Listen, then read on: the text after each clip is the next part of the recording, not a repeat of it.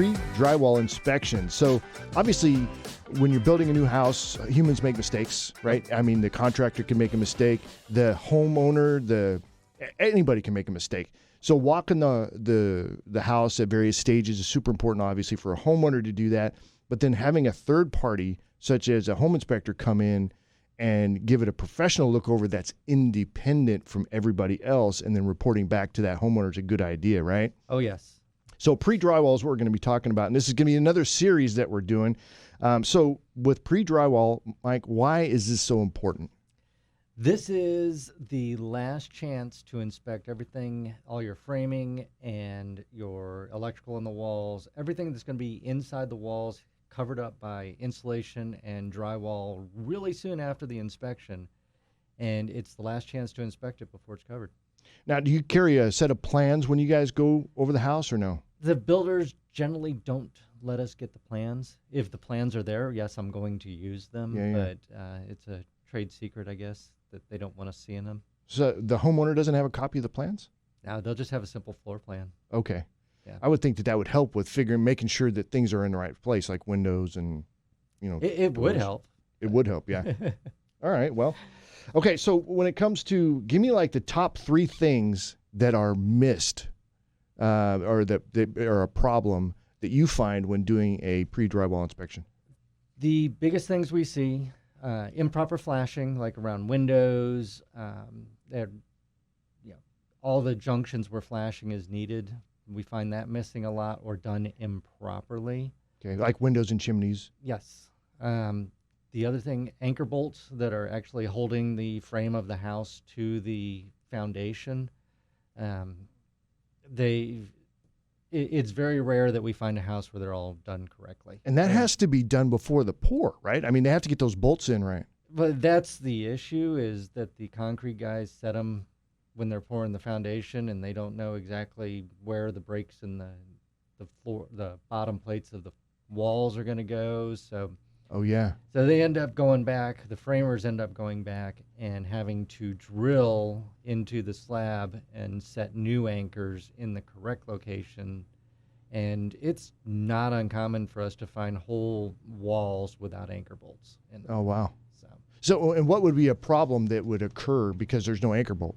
Well, movement. Movement of the frame of the house. Yes. Right. Yeah. Or if there's a tornado or something comes through. Tornado, windstorms, things like that. Yeah. All right. Cool. It'd be like the Wizard of Oz, maybe. I don't know. I hope not.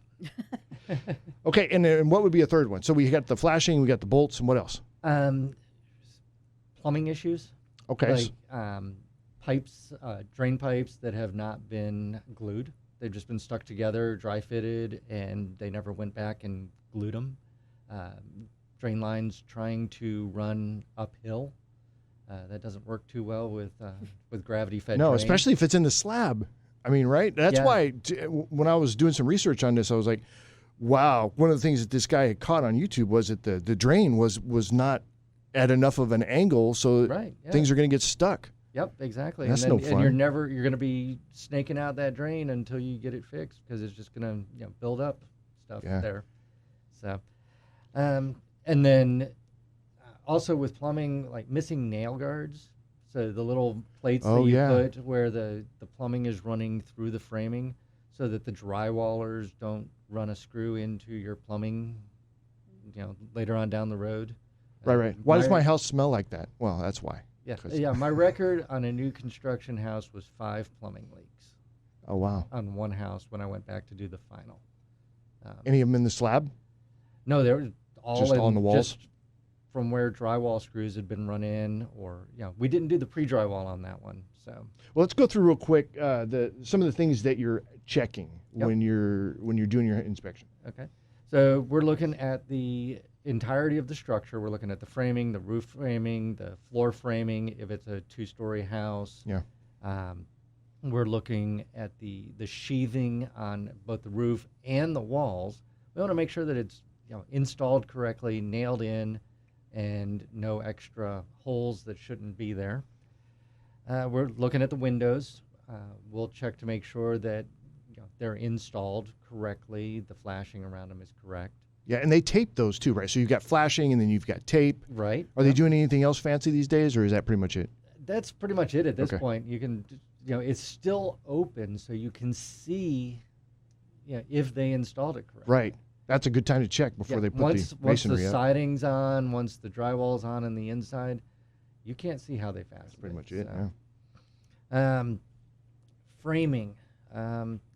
Just last week we had some floor joists for the second floor that they were supported at one end and the other end was held up by magic, I guess, because it wasn't really attached to anything except the floor sheathing above it was kind of holding it in place. Oh wow! And it's just like and these builders are like, hey, you need to get in now because we're going to start insulation and drywall tomorrow. So it's like, well, no, you aren't. You got to fix this first. But let's see, roof deck thing. Plumbing vents. Do we have a plumbing vent that's going outside? We've found where they have forgotten to run the main vent outside. Well, why is the vent important? They just forgot. Yeah, it's important because you need to have a way for air to come behind the drain, the water being drained. Why? Otherwise, have you ever had a sink that just like really gurgles a lot? Okay, so it's for flow. Yeah, it's to help with allow flow. it to flow right. Gotcha. Yeah. All right, cool. Okay.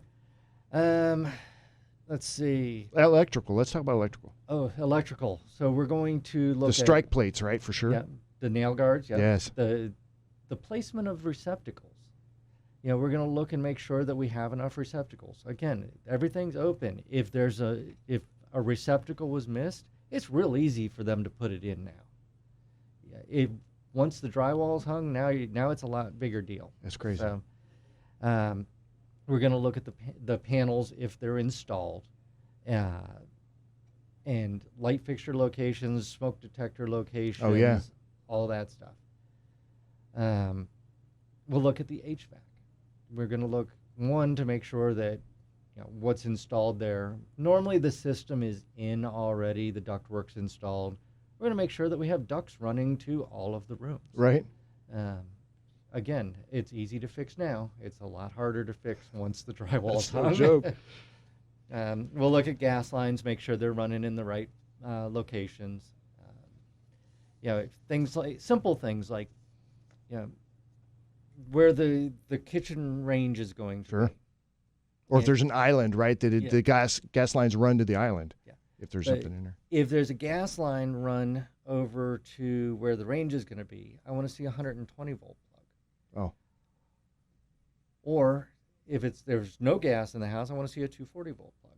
Now, there are some dual fuel ranges where you're going to have gas and a 240, but we want to make sure that we have what we're going to need down the road. Can you wire for both of those at the same spot? Yeah, and a lot of builders do. They'll put the gas in, and then they'll put a 120 plug and a 240 plug over there, just so that the buyer has an option of what type of range they want to put. Yeah, I like that. It's good to have options. All right, Michael, if people want to get in touch with you, how do they do that? Okay, you can call our office, 210-202-1974, and then online, our website is VHILLC.com, like Veteran Home Inspections LLC.com. Okay, give me that phone number one more time. 210-202-1974.